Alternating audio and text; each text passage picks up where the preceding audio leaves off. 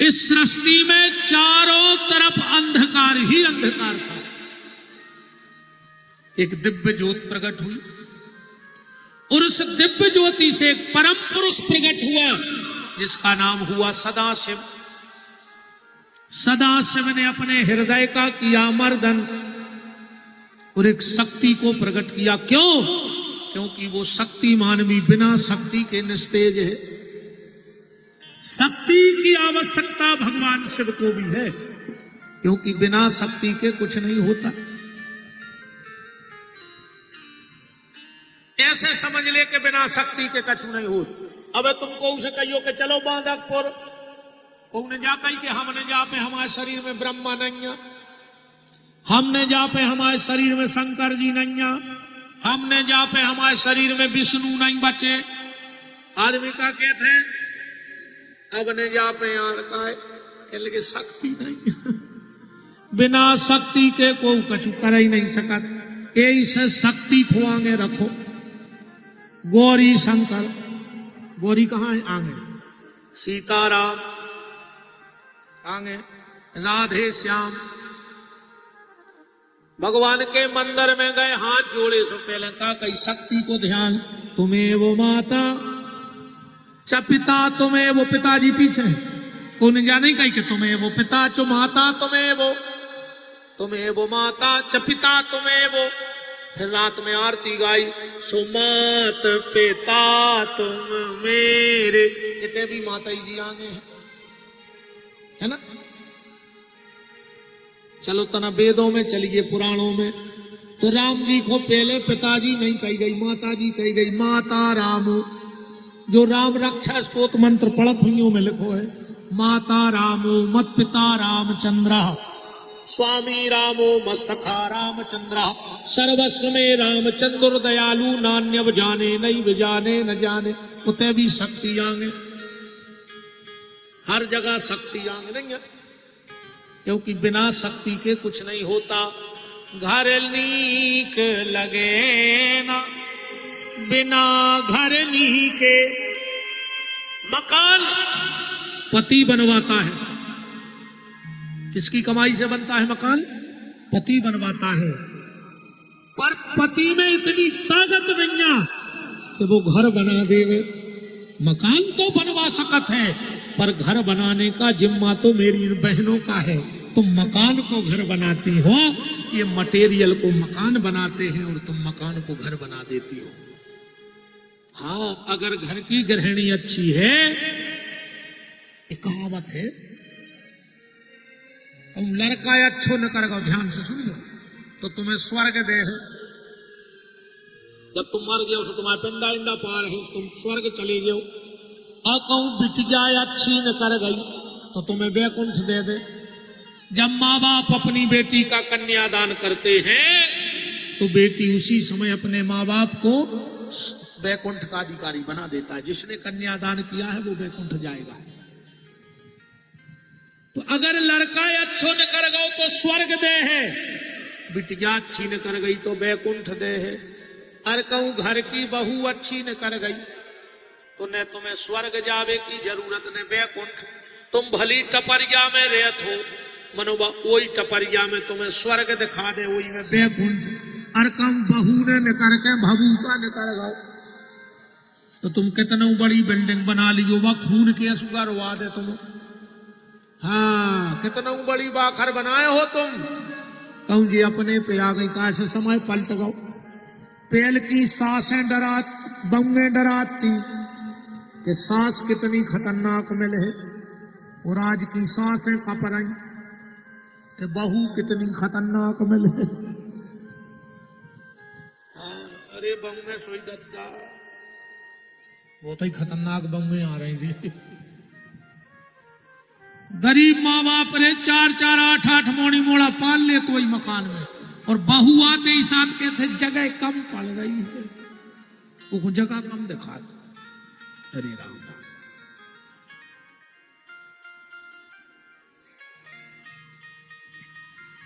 तो ब्रह्मा जी कह रहे हैं कि भोलेनाथ ने हमें बताया कि सबसे पहले हमने शक्ति को प्रकट किया उस शक्ति को प्रकट करके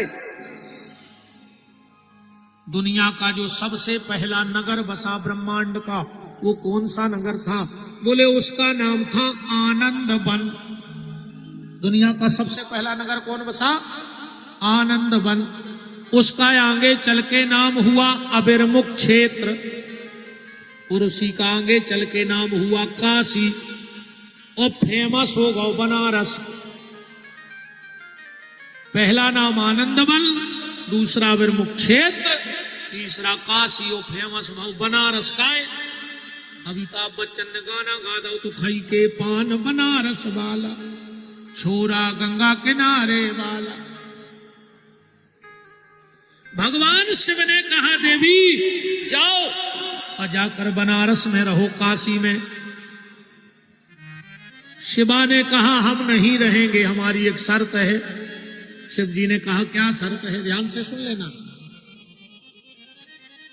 माता शिवा ने कहा शिव से कि हम बनारस में एक शर्त पेरे हैं कि बनारस में मरवे बहु, जो बनारस में मरे वो की मुक्ति हो जाए। शिव जी बोले देवी मरने तो सवाई को है, और जब बिल्कुल गारंटी है। आदमी को तुमने जन्म लाओ है, कोई गारंटी नहीं है कि तुम पढ़ लिख पे हो कि नहीं पढ़ लिख पे हो। है कौन गारंटी? कि आदमी बन गए तो गारंटी है कि तुम पढ़ लिख पे हो कि नहीं पढ़ लिख पे हो? कोई गारंटी नहीं है। आदमी को जन्म मिलो कोनो गारंटी नहीं है तुम पैसा कमा पे हो कि नहीं कमा पे हो। तुम आदमी मनुष्य को जन्म भाओ, कोई गारंटी नहीं है कि तुम नाम कमा पे हो कि नहीं कमा पे हो। आदमी का जन्म मिला मनुष्य का, कोई गारंटी नहीं है कि तुम्हारी शादी हो जाए कि नहीं हो जाए। एक गारंटी है कि आदमी बन गए ब्याह हो जाए, कोई गारंटी नहीं है। अरे अपने देश में कई मुख्यमंत्री फिर रहे जिनके ब्याह नहीं भाई, फिर अपनी तो छोड़ा ही दे।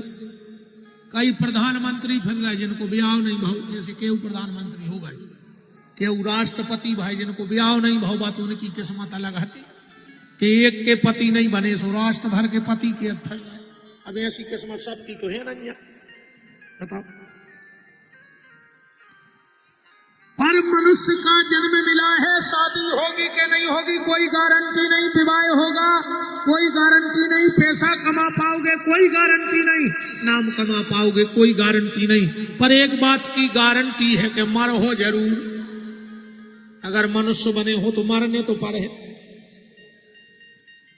पार्वती कह रही जो बनारस में मरे हो कि अधोगति न हो, उसकी अधोगति नहीं होनी चाहिए। शिव जी ने कहा वो के लाने तो एक ही उपाय है कि मरवे बारे के कान में आखिरी में राम शब्द पड़ जाए। पार्वती बोली तुम कहो सब सब। अब शंकर जी बोले हम कौन कौन से कैद करें राम राम कान में। अब मरवे को कछु का टेम या है, बताओ मरवे को कछु टेम है, कछु देने। कोई आए कोई जाए ये तमाशा क्या है। कोई आए कोई जाए ये तमाशा क्या है। सब जने गाँव का के लिए हम ही हुआ मन में सब ऐसे देख रहे हमें कह रहे महाराज मर जे विचार अरे चलो जे तो अच्छा महाराज को सुने कथा हमारे सोई मारा हो इस गाँव सब जने। कोई आए कोई जाए ये तमाशा क्या है। कोई आए ये तमाशा क्या है। समझ में कुछ नहीं आता ये दुनिया क्या है। समझ में कुछ नहीं आता कि ये दुनिया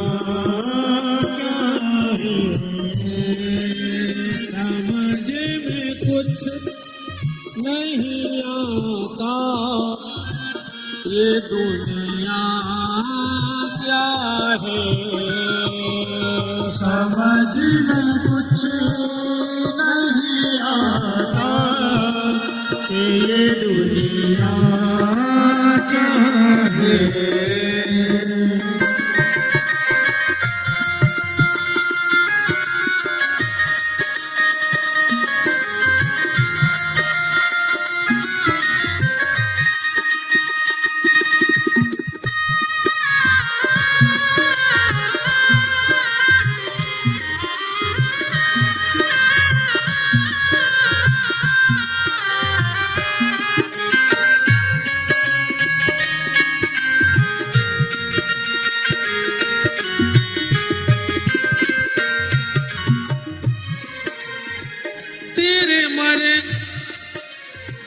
तेरे मरने के बाद तेरे ही दोस्त मुझे बोलेंगे। तेरे मरने के बाद तेरे ही दोस्त मुझे बोलेंगे। जल्दी ले जाओ जी इस ढेर में रास्ता क्या है।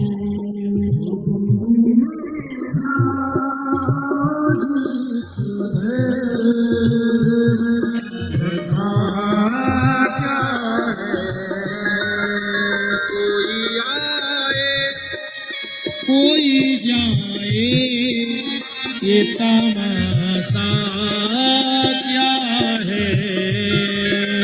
कोई जाए ये तमाशा। भगवान शिव ने कहा देवी मरने वाले की मुक्ति तब ही जब होगी उसके कान में राम कहा जाए। बोले ये तुम्हारी जिम्मेदारी है। शिव जी ने कहा ठीक है, आज से बनारस में मरने वाले के कान में हम राम कहेंगे। अब मरने का कोई टाइम है नहीं, इसलिए रामायण प्रेमी ध्यान से सुनना, रामायण में इसका प्रमाण है। शिव जी कितना भजन करते हैं। बोले तुम्हें पुनि नाम राम दिन राती। शिव जी दिन रात भजन करत है, का पता को कबे मर जाए, इसमें लगे ही रहते राम राम राम राम राम राम राम राम राम राम राम राम राम राम राम राम राम। का पता मरबे को कछु टाइम थोड़ी रहे। तो बनारस में मरने वाले के कान में राम नाम शिव जी बोलते, इसलिए रामायण में लिखा काशी मरत जंतु अवलोकी। बस एक पाप मत करना, कभी आप बनारस जाओ तो बनारस से कभी गंगा जल मत लाना। कभी भी आप वाराणसी दर्शन करने जाओ विश्वनाथ जी के, तो वहां से गंगा जल लाने में महापाप लगता है।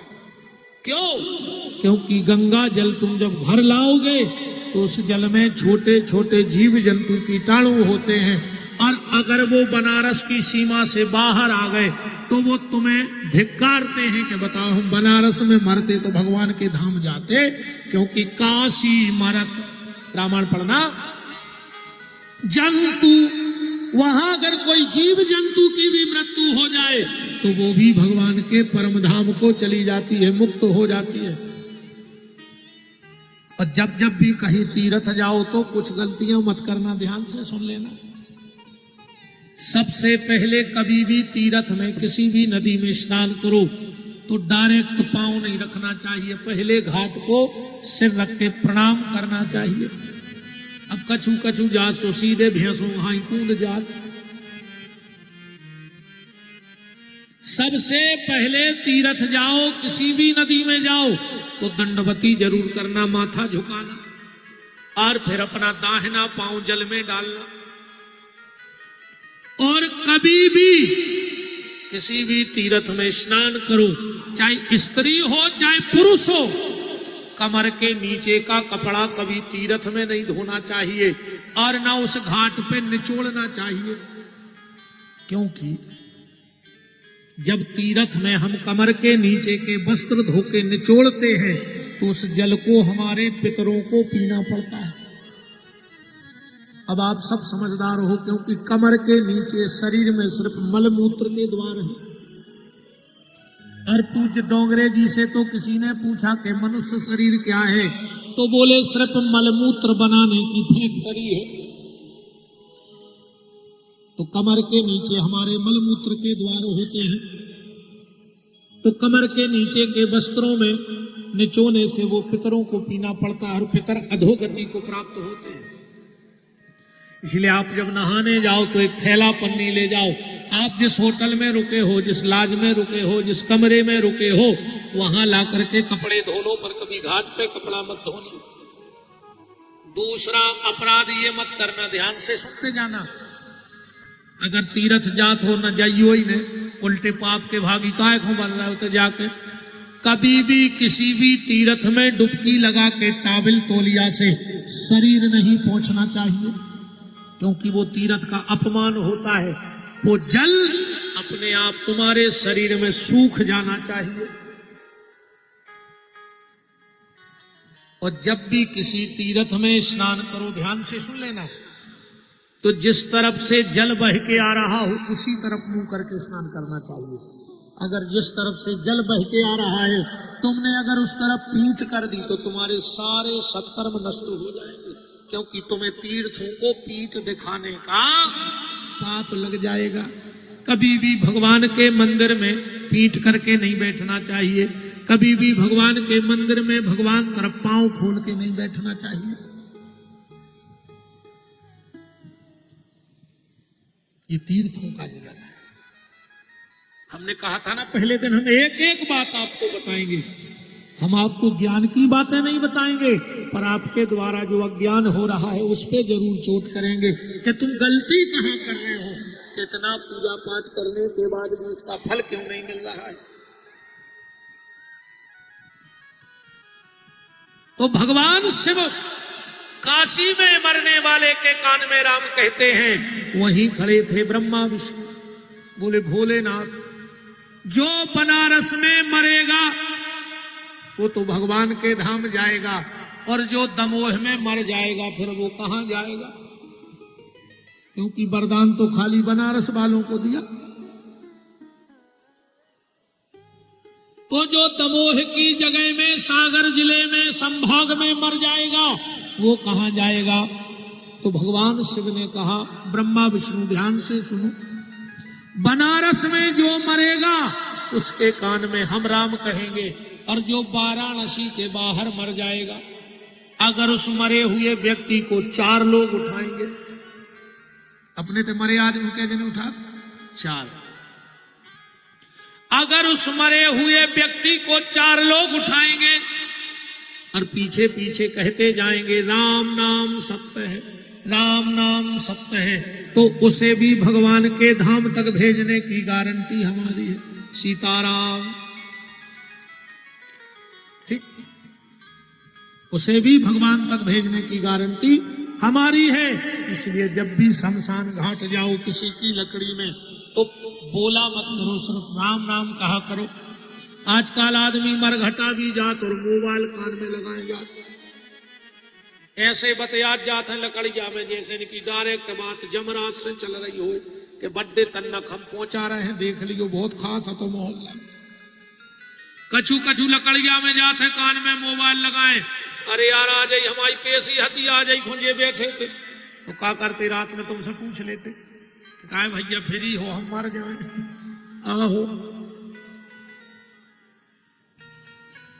पुरुष वर्ग कान खड़े होके सुन लेना ये बात, कभी किसी की भी लकड़ी में घर से जाओ तो घर वालों से ये कह के मत जाओ कि अब हम जा रहे हैं, क्योंकि जहां तुम जाने का कह के जा रहे हो वहां से फिर लौटता नहीं आदमी।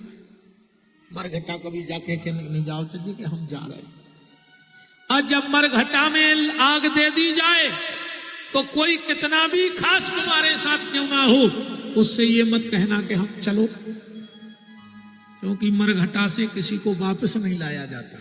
वहां कुछ ऐसी आत्माएं भी भटकती हैं, और तुमने जैसे ही कहा चलो तो वो तुम्हारे संगे हो जाए।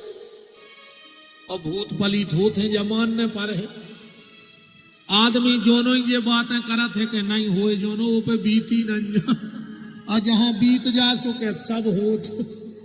हाँ, जोनो नहीं माने आज, अरे क्या लगे सब नाटक आए, अजवंदन विद जिया हो सो बागेश्वर की पेशी करा फिर बोलो वृंदावन बिहारी लाल की, है ना।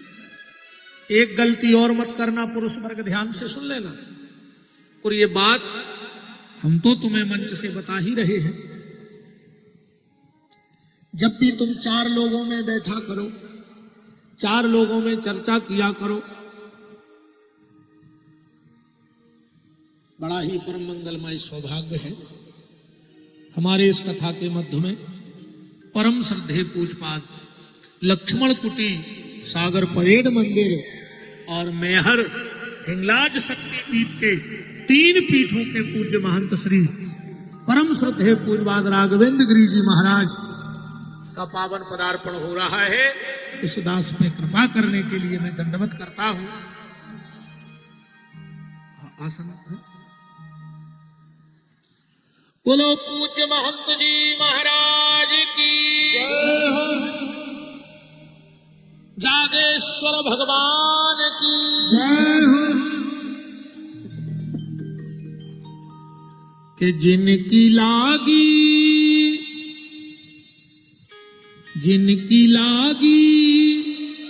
लगन भगवान में, उनका दीपक जलेगा तूफान में। जिनकी लागी लगन भगवान में, उनका दीपक जलेगा तूफान में।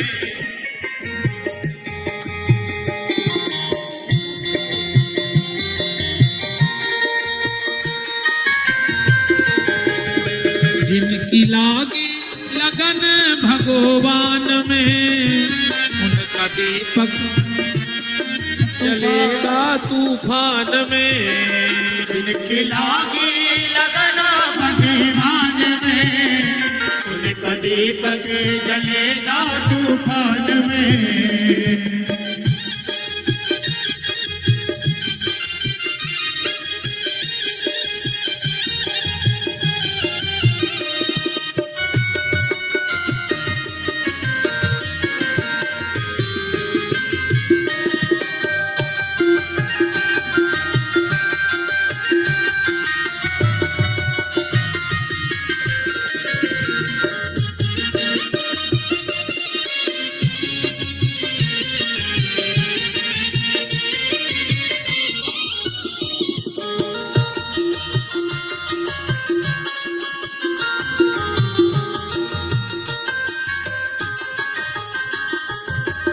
इस दुनिया में कौन बना, जिनकी लागी लगन भगवान में, उनका दीपक जलेगा तूफान में।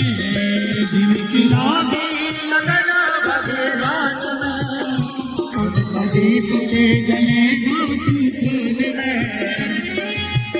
इस दुनिया में कौन बना है, सबके बिगड़े काम रे, सबके बिगड़े काम रे, सबके बिगड़े काम रे। अनहोनी को होनी कर दे, ऐसा प्रभु का नाम रे, ऐसा प्रभु का नाम रे, ऐसा प्रभु का नाम रे। लागी जिनकी लागी लगन भगवान में, उनका दीपक जलेगा तूफान में। जिनकी लागी लगन भगवान में, उनका दीपक जलेगा तूफान में। पूरे आनंद के साथ झूम करके ताली बजा के आनंद लो भजन का।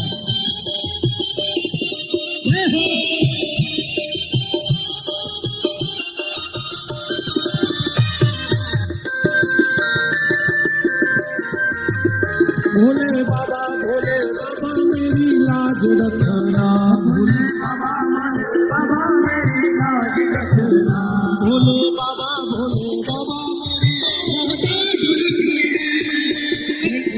हाथ उठा दो, बोलो भोले बाबा जोर से बोलो, लोगों की आवाज ना पाए।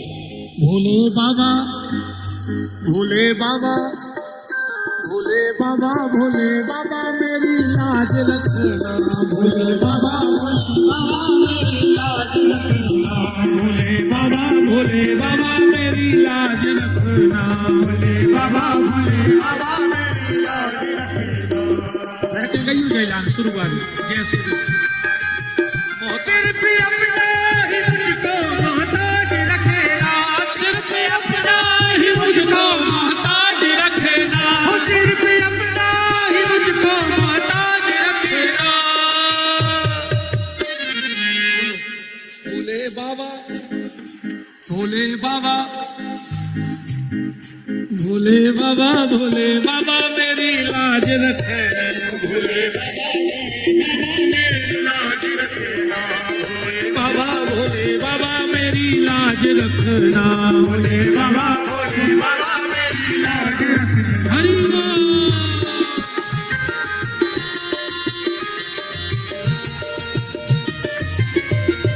हर हर महादेव, हर हर महादेव।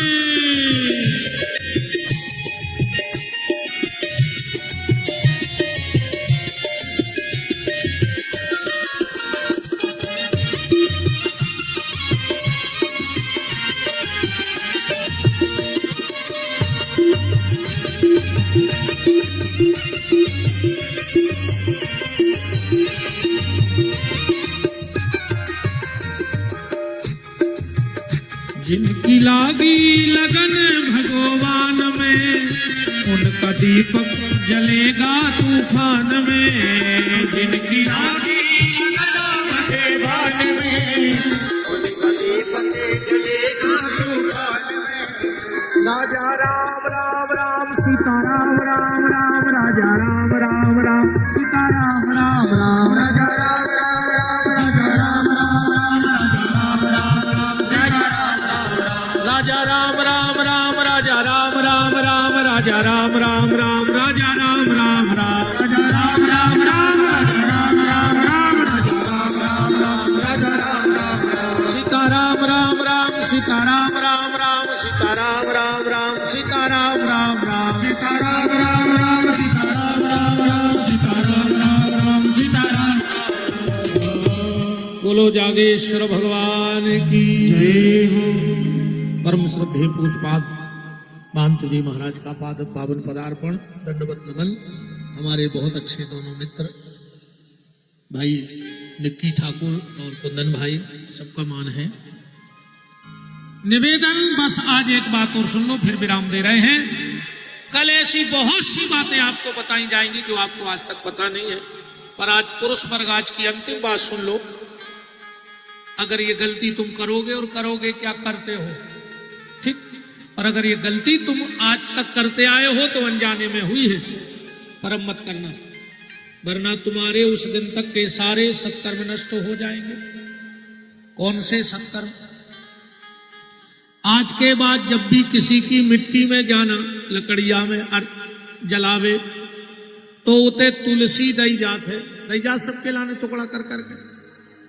गलती से भी वो तुलसी कभी जिसको जो जल रहा है उसके कमर के नीचे मत डालना। कई बार लोग जब लकड़ी देने जाते हैं तो जल्दी जल्दी में वो तुलसी पांव के यहां डाल देते हैं, जबकि लकड़ियां दो चाहिए सिर के तरफ। अगर जलने वाले मुर्दे के जो लकड़ी देने गए और हाथ में तुलसी ली है और अगर कमर के नीचे तुलसी डाल दी तो उसके सारे सत्कर्म नष्ट हो जाते हैं, क्योंकि तुलसी कभी कमर के नीचे नहीं जाती है, चाहे जिंदा में हो चाहे मरने के बाद में हो। जैसे आजकल एक फैशन चला है, ज्यादा पैसा हो गया लोगों के पास तो वो सोने की बिछिया पहनने लगी माताएं, सोने की पायल पहनने लगी। जो माताएं पांव में सोने का बिछुआ पहनती हैं और सोने की पायल पहनती हैं वो सर्वनाश कर हो जाएगा, तुम्हारा ध्यान रखना। भगवान ने तुम्हें कितना भी पैसा बनाया बाला बनाया हो, पर कभी सोने के बिछुआ मत पहनना, वो कभी पति की प्यारी हो ही नहीं सकती। जो सोने की पायल पहन ले, क्योंकि श्रीमद् भागवत के 11वें स्कंद में, ध्यान से सुनना जो विद्वान बैठे हो, बिना प्रमाण के कोई बात हम करते नहीं। 11वें स्कंद के शायद 18वें अध्याय के 16वें श्लोक में लिखा है, धातु नाम अस्मिन कांचनम, सोना साक्षात भगवान है। और तुम इतने बड़े हो गए कि तुमने भगवान को भी पांव में पहन लिया। वो नारी जीवन में भयंकर कष्ट भोगती है, वो ना कभी ससुराल की हो पाती है, ना पति की हो पाती है, जो सोने के बिछुआ और सोने की पायल पहनती है। कभी भी पांव में सोने का कोई भी आभूषण सुहागन नारी को नहीं पहनना चाहिए। ऐसे ही पुरुष वर्ग, कभी भी लकड़ी में जाओ और तुम तुलसी तो सबको देते हैं, डालते हो, तो वो तुलसी सिर के तरफ डालना, कभी उस जलने वाले के कमर के नीचे मत फेंकना। और ये बात आप यहां से सुन के जा रहे हो, जब 4 लोगों में बैठो तो ये चर्चाएं किया करो कि हम एक अच्छी बात सुन के आए, तो अपन को ये जीवन में नियम लेने हैं।